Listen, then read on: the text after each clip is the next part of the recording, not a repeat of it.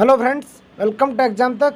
MP में 9 साल बाद कर्मचारी अधिकारियों को मिलेगा प्रमोशन। हाँ साथियों, जो आप सुन पा रहे हैं एकदम सही खबर है। 4 लाख लोगों को मिलेगा फ़ायदा, 2 लाख खाली पदों पर होगी भर्ती। डॉक्टर मोहन यादव की कैबिनेट बैठक में नए प्रमोशन फॉर्मूले को मंजूरी मिल गई। मध्य प्रदेश 9 साल बाद सरकारी कर्मचारी अधिकारियों को प्रमोशन मिलेगा। मंगलवार को हुई कैबिनेट बैठक में इसकी मंजूरी मिल गई है।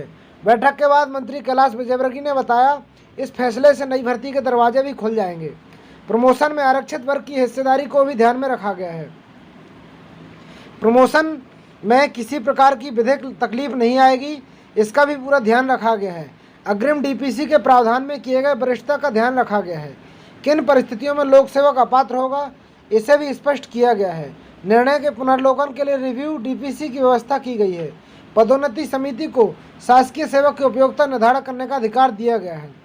सीएम ने ट्वीट कर दी प्रमोशन की जानकारी। ये मैंने आपको अभी पहले बताया था। 2016 से प्रमोशन पर लगी थी रोक। 9 साल पहले 2016 में कर्मचारियों के पदोन्नति प्रमोशन रुकी हुई थी। इसकी वजह से यही थी कि आरक्षण में प्रमोशन लेकर मामला सुप्रीम कोर्ट में था। सरकार ने वहाँ एसएलपी दाखिल की थी, जिससे प्रमोशन नहीं हो पा रहा था। इस वजह से लगी थी प्रमोशन पर रोक।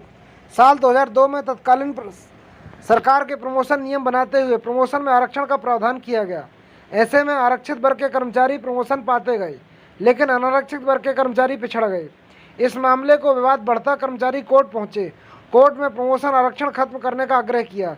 कोर्ट ने तर्क दिया कि प्रमोशन का फायदा सिर्फ एक बार मिलना चाहिए। इन तर्कों के आधार पर मध्य प्रदेश हाईकोर्ट ने 30 अप्रैल 2016 को मध्य प्रदेश लोक सेवा आयोग 2002 खारिज कर दिया। सरकार ने इस आदेश को सुप्रीम कोर्ट में चुनौती दी। शीर्ष कोर्ट ने यथास्थिति रखने का आदेश दिया, तभी से प्रमोशन पर रोक लगी। सीएम के सामने फॉर्मूले का प्रेजेंटेशन हुआ।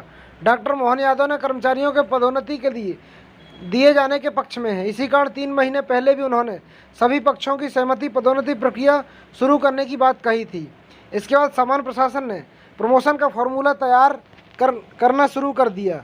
2 से ज़्यादा बार मुख्यमंत्री सामने का प्रेजेंटेशन पेश किया गया। इसके दौरान सपाक्स और अजाक्स के प्रतिनिधियों मुख्य सचिव अनुराग जैन ने सरकार द्वारा तैयार फॉर्मूले का प्रेजेंटेशन दिया। पिछले हफ्ते 10 जून को कैबिनेट मंत्रियों के सामने प्रेजेंटेशन दिया गया। तो पूरा प्रमोशन के बारे में है। अब ये प्रमोशन के बारे में अपने को देखना है भर्ती संबंधी जानकारी। इस साल होगी पदोन्नति। हर साल सितंबर से नवंबर के बीच में प्रमोशन प्रक्रिया होगी। 31 दिसंबर की स्थिति में आधार तय होगा कौन कौन योग्य है। 1 जनवरी से पद भरने शुरू होंगे। इस प्रकार से चयन होगा। कैबिनेट में लिए गए अन्य फैसले, 459 नए सक्षम आंगनबाड़ी केंद्र खुलेंगे। पीएम जनमन योजना के तहत 49 सक्षम आंगनबाड़ी केंद्रों की मंजूरी दी गई है।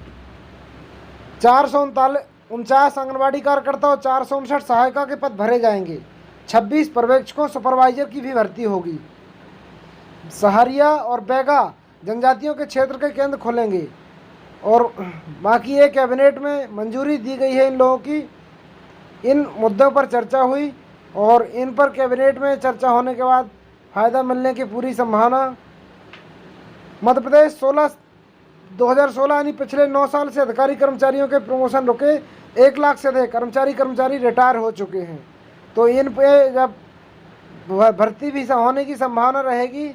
ऐसी जानकारी के साथ चैनल पर बने रहिए। मिलते हैं अगले वीडियो में। जब तक के लिए जय हिंद, जय भारत।